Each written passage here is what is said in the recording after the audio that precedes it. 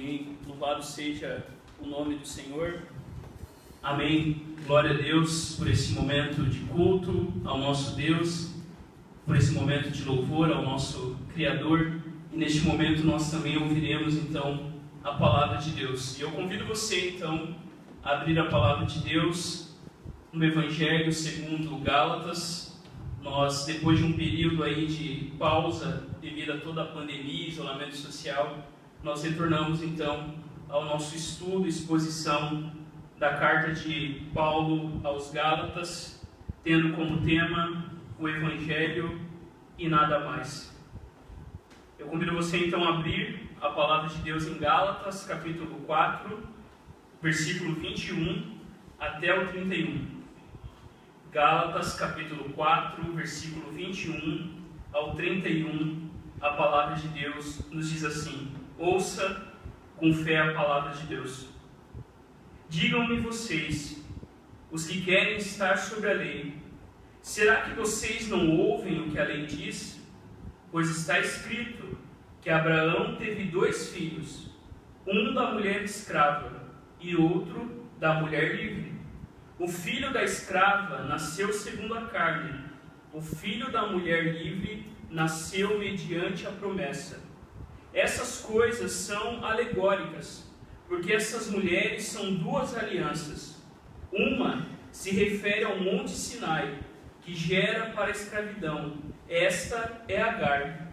Ora, Agar é o monte Sinai na Arábia, e corresponde a Jerusalém atual, que está em escravidão com os seus filhos. Mas a Jerusalém lá de cima é livre, e ela é nossa mãe, porque está escrito: alegre-se, ó estéril, você que não dá à luz, exulte e grite, você que não sente dores de parto, porque os filhos da mulher abandonada são mais numerosos do que os filhos da que tem marido. Mas vocês, irmãos, são filhos da promessa como Isaque. Como, porém, no passado, aquele que nasceu segundo a carne perseguiu o que nasceu segundo o Espírito, assim também acontece agora. Mas o que diz a Escritura? Ela diz: mande embora a escrava e seu filho, porque de modo nenhum o filho da escrava será herdeiro com o filho da mulher livre. Portanto, irmãos, somos filhos não da escrava, mas da livre. Essa é a palavra de Deus. Feche seus olhos. Nosso Deus e Pai, graças te damos pela aliança firmada conosco no sangue de Cristo Jesus. Graças te damos, pois podemos viver livres de tudo que nos escraviza e, ao mesmo tempo, podemos desfrutar das boas coisas dessa terra e, ao mesmo tempo, livres de toda escravidão, podemos desfrutar da maravilha que é sermos filhos e filhas do Altíssimo. Pedimos, Senhor, fala o nosso coração. Não nos leve a viver, ó Pai, não nos deixe viver baseados em nosso esforço e justiça própria, em nossa autonomia e orgulho. Livra-nos do nosso jeitinho, do sei o que estou fazendo, e nos leva à alegria e à exultação que o Teu Evangelho de graça faz em nós, através de nós. É a nossa oração, em nome de Jesus. Que as palavras dos meus lábios e a meditação do meu coração sejam agradáveis na Tua presença, Senhor, rocha minha e redentor meu. Amém. Queridos, nessa noite o tema da nossa palavra é 2 alianças, e nós veremos 3 verdades. A primeira verdade, eu convido você a ficar com a sua Bíblia aberta. A primeira verdade é olhe para a lei, e nós vemos essa verdade entre os versículos 21 e 23. Observe que essa verdade nos chama a olhar para aquilo que Deus já realizava no Antigo Testamento. Esta carta é uma carta inflamada de Paulo. Nós lemos a carta de Coríntios e vemos pecados duros na igreja, mas ainda assim naquela carta Paulo está mais tranquilo, porque lá não era o Evangelho que estava sendo ameaçado. Aqui em Gálatas, a essência do Evangelho está em risco, por isso que essa carta é um dinamite puro. E essa carta e esse trecho que nós estamos vendo é um trecho muito complicado, Porque Paulo usa Agar e Sara, representando duas alianças. E Paulo está dizendo que haviam pessoas entre os Gálatas que estavam, como nós já vimos nas mensagens passadas, enfeitiçando os Gálatas, pervertendo o Evangelho de Cristo Jesus. E agora Paulo usa um argumento da própria lei, da própria narrativa do pai da fé. Paulo usa um argumento aqui daqueles falsos mestres que estavam se referindo a Abraão para perturbar os Gálatas. E Paulo questiona, observe no texto: digam-me vocês mesmos. Paulo está dizendo: olhem bem nos meus olhos, o que vocês estão dizendo? Vocês estão dizendo que nós devemos viver sob a lei, mas o nosso pai Abraão foi justificado não pela sua obediência à lei, porque a lei ainda nem tinha sido dada, mas Abraão foi justificado por causa da graça. Paulo questiona: parece que vocês nunca ouviram o que a lei diz. Olhem para as Escrituras, Paulo diz. O Evangelho já está presente desde quando Deus desceu do céu, quando Adão e Eva haviam desobedecido. E aqui, irmãos, nós precisamos repensar como olhamos para a palavra de Deus, como olhamos para a Bíblia.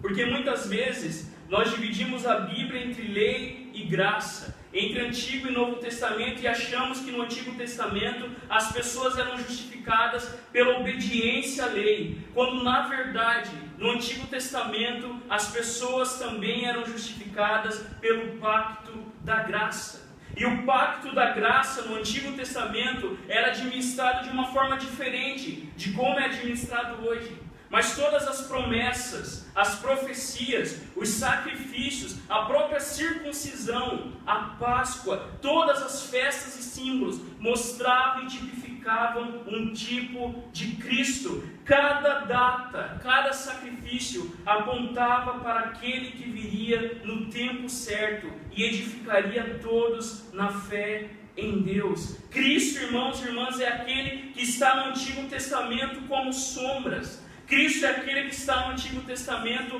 mostrando sua face de forma ainda misteriosa. E Paulo está dizendo: irmãos, o que vocês estão dizendo? Olhem para o Antigo Testamento e vejam a graça de Deus agindo também no tempo do Antigo Testamento. Porque, irmãos, depois de Gênesis 3, Deus se relaciona com os homens, não baseado na lei, mas baseado na sua graça. E é isso que Paulo está dizendo. Paulo está dizendo que Abraão teve dois filhos. Um era filho de uma mulher escrava e o outro era filho da mulher livre. E nós vemos que um nasceu segundo a carne e o outro nasceu de maneira sobrenatural mediante a promessa. Paulo diz que há duas alianças, mas somente uma é verdadeira. E eu quero lembrar você deve conhecer essa história, a história de Sara e Agar, a história de Ismael e de Isaac. Nós vemos a confusão que essa família se meteu quando Abraão havia recebido uma promessa de Deus, que ele seria pai de uma grande nação, que a sua descendência seria tão grande como as estrelas dos céus, como as areias da praia. E Abraão, irmãos, ele começa a ficar impaciente. E o tempo vai passando, e vai passando, e vai passando. Parece que Deus está demorando muito, parece que Deus havia esquecido de Abraão e de Sara. Então eles têm uma ideia genial. A ideia do faça você mesmo. Eu não sei se você na sua casa já tentou fazer alguma coisa sem conhecimento. Isso não dá muito certo. Se você se arrisca muitas vezes a se meter em alguma coisa que eu sei o que eu estou fazendo, deixa comigo que eu sei o que eu estou fazendo. Foi exatamente isso que Sara e Abraão fizeram, quando eles sugeriram que Abraão deveria ter um filho com Agar, uma de suas escravas. Lá em Gênesis 16, vemos essa dramática e confusa história, pois Sara fez um plano. Os irmãos conhecem a história. E um plano, irmãos, que trouxe problemas para ela. E no fim vemos que a própria Agar tem que fugir de Sara. A grande verdade, nós vemos em Gênesis 16 uma típica novela mexicana e tanto. Vocês que gostam, eu sei que tem muitos que gostam. de novela mexicana. É mais ou menos isso que nós vemos acontecendo com Sara e Agar. Logo, tem emissora aí fazendo, com certeza, ligando-nos, né? Uma história sobre isso. Mas essa narrativa mostra, irmãos e irmãs, que quando nós queremos fazer as coisas do nosso jeito, quando nós esquecemos da promessa de Deus, nós nos colocamos em confusão. O que nós vemos aqui? Nós vemos, irmãos e irmãs, que nós precisamos repensar como estamos vivendo a nossa vida. Você vive a sua vida baseada no Evangelho da graça de Deus, ou você ainda vive a sua vida baseada na sua capacidade de resolver os conflitos? Você tenta, como Sara, dar um jeitinho, ou você espera o plano e a vontade de Deus para a sua vida? Ou nós saímos atropelando tudo, ou nós saímos fazendo as coisas do nosso jeito, e no final nós vemos uma tremenda bagunça. E mesmo nessa bagunça, e isso que é mais incrível, mesmo na bagunça de Sara e Abraão envolvendo Agar e Ismael, mesmo assim Deus demonstrou a sua graça até mesmo com Agar, quando ela clama a Deus, e depois mais tarde quando o menino pede água porque está morrendo de sede. Nós confiamos no Senhor, em Deus está a nossa segurança, ou na prática nós ainda confiamos na força do nosso braço? Nós agimos, irmãos, segundo a carne. Nós rimos da promessa de Deus, assim como Sara riu, quando o anjo disse que ela engravidaria, e Sara já era velha, Abraão já era velho, e mesmo assim eles desconfiam de Deus. Nós agimos assim também. Nesse tempo que estamos vivendo de pandemia, nós desconfiamos do cuidado paternal de Deus. Nós tentamos resolver sozinhos os nossos conflitos. Se nós fazemos isso, irmãos, essa história não vai acabar bem. Ou nós agimos segundo a promessa. Nós esperamos no Senhor, nós confiamos na promessa de Deus. E há uma canção de Marcos Almeida que evidencia muito isso. E essa letra diz que esperar em Ti é sempre caminhar. A canção diz que quando a gente espera a chuva, Deus vem como um vento. Quando a gente espera a voz de Deus estrondar, Deus vem no silêncio. Eu espero em Ti, embora sem saber, como Tu dirás, eu não sei, mas esperarei. O chamado de Deus é olhar para a lei e esperar em nosso Deus, porque esperar em Deus não é perder tempo, mas é sempre caminhar. Mas nós vemos uma segunda verdade. Observe os versículos 24 a 27. Olhe para o milagre. Essa é a segunda verdade desse texto. Paulo, irmãos, continua falando de Agar e Sara, mostrando que as duas representavam duas alianças, e aqui eu e você precisamos ser chamados ao Evangelho. Porque que tipo de pessoa nós somos? E o pastor Tim Keller diz que existem 4 tipos de pessoas. E eu coloquei nas minhas palavras o que ele no seu livro escreve. Existe a pessoa, eu sou gente boa. Eu não sei se você conhece a pessoa assim. É aquela pessoa, e a gente está falando de pessoas cristãs, que acham que ela é melhor que todo mundo, que elas acham que tem pontos com Deus, que elas acham que porque elas têm uma moralidade boa, elas estão abafando com o Criador. É a tipo da pessoa que se acha uma boa pessoa. Pessoas religiosas são assim. Os fariseus no tempo de Jesus eram assim. E esses falsos mestres que estavam perturbando os gálatas são assim. São as pessoas que têm senso de justiça, que olham para a pessoa com o nariz empinado, que se acham melhor que todo mundo. Esse é o primeiro tipo de pessoa que eu e você precisamos tomar cuidado em nos tornarmos. Porque quanto mais conhecemos o Evangelho, mais percebemos o quanto carecemos da graça de Deus. Quanto mais nós conhecemos o Evangelho, mais nós percebemos que tudo que temos é pela graça de Deus. Mas há um segundo tipo de pessoa, e essa pessoa é o famoso isentão. É a pessoa, irmãos e irmãs, que nem chove nem molha. É aquela pessoa que nem fede nem cheira. É aquela pessoa daquela música, deixa a vida me levar, vida leva eu. E aquela pessoa é como a onda do mar, que é agitada pelo vento. É aquela pessoa que não quer mudar a sua vida e também, como não muda a sua vida, não quer se interferir na vida dos outros e nem na vida da igreja. É aquela pessoa que fica na periferia. É aquela pessoa que não pensa muito sobre a sua vida e o propósito da sua vida. É uma pessoa que vive sem propósito. É uma pessoa que vive, irmãos, baseada não no Evangelho, mas baseada numa irresponsabilidade gigante.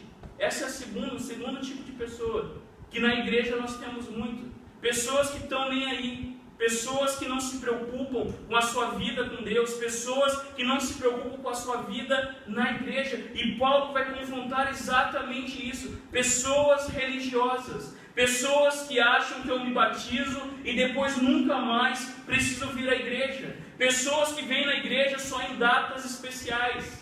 E Paulo diz que essas pessoas não vivem as suas vidas baseadas no Evangelho, mas baseadas numa escravidão, a escravidão de estar nem aí com nada, o famoso isentão.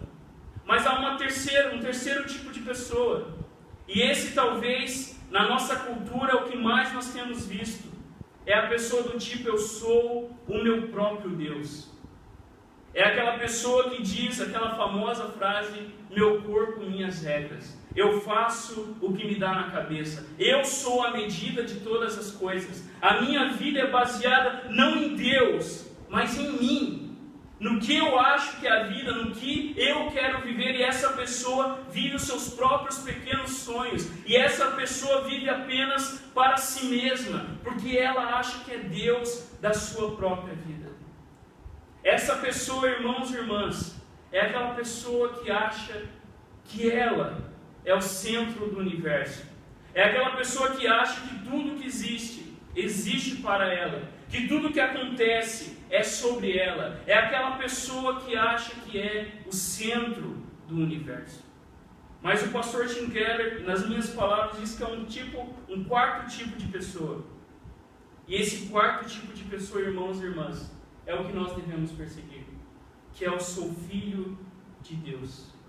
Não devemos ser aquela pessoa que se acha gente boa, nem o isentão e nem o meu próprio Deus, mas nós somos chamados pelo Evangelho a vivermos como filhos de Deus. E vivendo como filhos de Deus, nós desfrutamos das alegrias do Evangelho, mas também desfrutamos dos direitos e deveres do Evangelho. Nós desfrutamos daquilo que Deus fez por nós em Cristo, mas nós também agradecemos a Deus e vivemos para a glória de Deus. Porque Paulo vai dizer, observe no texto, que essas duas alianças geram coisas totalmente opostas. Uma gera escravidão, a outra gera liberdade. Os três primeiros tipos de pessoas são aqueles que vivem sempre em escravidão, com medo do que as pessoas vão dizer, com medo do que vai acontecer, nunca tem certeza de nada. Todas essas tentativas são tentativas frustradas e escravizadoras de lidarem com Deus e com a vida. Qualquer, irmãos e irmãs, tentativa de buscar a aprovação de Deus de pessoas fora do Evangelho não traz verdadeira satisfação e liberdade. Pelo contrário, traz mais insegurança e medo. Todas essas alternativas são baseadas não no que Cristo fez, mas naquilo que a gente tem que fazer. E isso, irmãos e irmãs, gera escravidão. É por isso que Paulo usa isso como alegoria. Ismael, filho de Agar, é a tentativa humana e tola de tentar dar uma ajudinha para o Senhor. Sabemos, irmãos, o que acontece com essa ajudinha. Qualquer esforço de tentar a aprovação de Deus e dos outros fora de Cristo é confusão. E você que está me ouvindo, você não está isento disso. Todos nós procuramos a aprovação das pessoas. Não só as crianças, não só os adolescentes, mas os adultos também. E Paulo está nos dizendo que nós não podemos viver baseado nessas coisas, mas sim no Evangelho de Cristo Jesus. Eu quero, irmãos, trazer aqui uma passagem de O Peregrino. E eu incentivo você a ler esse livro. É um livro, a gente assistiu um filme aqui há muito tempo atrás. O filme durou umas 4 horas. Porque como é a jornada do cristão, e ser cristão, quem é cristão sabe que não é uma jornada nada tranquila, né? E nesse livro há um capítulo chamado Os Peregrinos Encontram-se com o Adulador. E esse capítulo mostra mais ou menos como nós corremos o risco de esquecermos do Evangelho. E nesse texto, nesse capítulo, os peregrinos encontram-se com um adulador. Cristão e esperançoso estão juntos em direção a Sião, em direção à Nova Jerusalém, e de repente, quando eles estão na terra da presunção, eles encontram um homem. Cristão e esperançoso encontram a ignorância. É um personagem dessa história. E Cristão perguntou: olha, da onde você está vindo? Para onde você vai? Cristão pergunta a ignorância. E ele responde: Senhor, nasci naquelas terras, um pouco à esquerda daqui. Sigo rumo à cidade celestial. Cristão então pergunta: mas como pensa em superar as dificuldades que talvez encontre pelo caminho que leva ao portão? Ignorância responde: como todo mundo faz. Cristão então pergunta novamente: mas o que você tem a mostrar diante do portão para que ele se abra a você? Ignorância então responde: conheço a vontade do meu Senhor e tenho vivido honradamente. Dou a cada homem o que lhe cabe. Oro, jejuo, pago dízimo e dou esmolas. E ainda deixei a minha terra para essa outra terra a qual me dirijo. Mas Cristão então pergunta: mas você não veio pela porta estreita, isto é, pelo começo do caminho. Você chegou aqui, foi por essa alameda sinuosa. Por isso, seja qual for a sua autoavaliação, quando chegar o dia do juízo, temo que venha a ser acusado de ladrão e salteador, não sendo jamais admitido nessa cidade. Ignorância, bravo responde: cavalheiros, vocês são totalmente estranhos para mim. Não os conheço. Contentem-se em seguir a religião da sua terra, que eu seguirei a religião da minha. Esperamos que tudo acabe bem. E quando a porta de que você falou, todo mundo sabe que fica a grande distância da nossa terra. Não creio que homem nenhum dessas bandas sequer conheça o caminho até lá. Na verdade, pouco importa que saiba ou não, pois temos, como vocês também podem ver, uma bela e prazenteira alameda verdejante que desce da nossa terra até este caminho. Vendo o cristão que o homem se considerava sábio, sussurrou a esperançoso: maior esperança há para o insensato do que para ele. E quando nós continuamos essa história, nós encontramos o desviado, nós encontramos o pequena fé, e nós encontramos o adulador capturando o cristão e esperançoso. O que essa história aponta? Queridos, ela aponta para os perigos da autoconfiança. Ela aponta para o perigo daqueles que querem Jesus e mais alguma coisa. Como os irmãos aqui estavam sendo confundidos. Aqueles que dizem: você tem que crer em Jesus, mas você tem que fazer isso, isso e aquilo. Você tem que ter Jesus e mais a circuncisão. Você tem que ter Jesus e pagar o preço. Você tem que ter Jesus e fazer também a sua parte. Porque o primeiro passo é você que dá e Deus dá o outro. Isso não é evangelho. O evangelho é o milagre da graça. O evangelho é a Jerusalém que desce do céu e que se torna nossa mãe. Por isso que o texto diz: alegre-se, ó estéril, no versículo 27. Ó você que não dá a luz, exulte e grite. Olhe para o milagre, irmãos. Olhe para aquilo que Deus faz através do evangelho. O evangelho não é baseado naquilo que Sara faz com Agar. O evangelho é algo que Deus faz de maneira sobrenatural. E aqui, irmãos, nós vemos o milagre do evangelho. Vemos, queridos irmãos e irmãs, que aquela que não podia ter filhos, aquela que era estéril, agora exulta e se alegra. Aquela que não podia sentir dores de parto, agora aquela que era tida como mulher abandonada, agora tem mais filhos do que aquela que tem marido. Olhe para o milagre do evangelho. E quando nós olhamos para nós mesmos, e quando nós olhamos para a igreja de Cristo sobre a terra, é isso que Deus continua fazendo. Deus continua fazendo milagres extraordinários. Deus continua sustentando a sua igreja, apesar de todas as adversidades. Deus continua fazendo aqueles que nada tinham, príncipes diante da sua presença. Mas nós vemos uma terceira e última verdade. Observe o versículo 28 ao 31.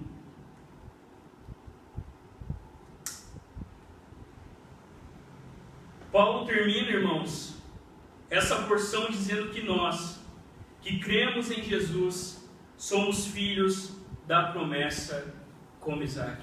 Nós vimos, então, olhe para a lei, olhe para o milagre e olhe para a promessa. Essa promessa baseada não em nosso desempenho, baseada não na nossa pequena fé, mas baseada naquilo que Deus prometeu. Precisamos revisitar a graça abundante de Deus desde o chamado de Abraão e precisamos continuar vendo a graça de Deus agindo nessa família.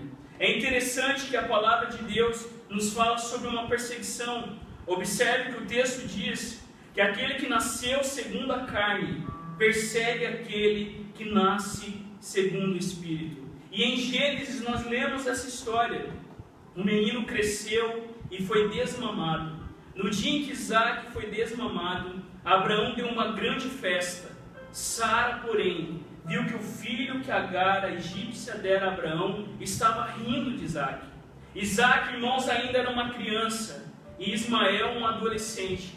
E se você tem crianças e adolescentes em casa, você sabe do que eu estou falando. Se você tem crianças e adolescentes, sabe como eles se amam e se dão bem. E aquilo perturbou Abraão, aquilo deixou Abraão preocupado. Mas lá naquele texto, Deus diz: não se perturbe por causa do menino e da escrava, porque Isaac será a sua descendência. Queridos, sempre haverá perseguição para aqueles que vivem o evangelho da graça de Cristo Jesus. Paulo, ao escrever a Timóteo, diz: de fato, todas as pessoas que almejam viver piedosamente em Cristo serão perseguidas.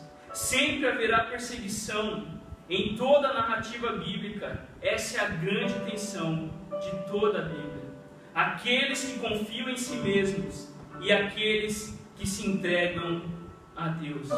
Paulo usa isso para mostrar que havia Ismaéis também no meio da igreja da Galácia.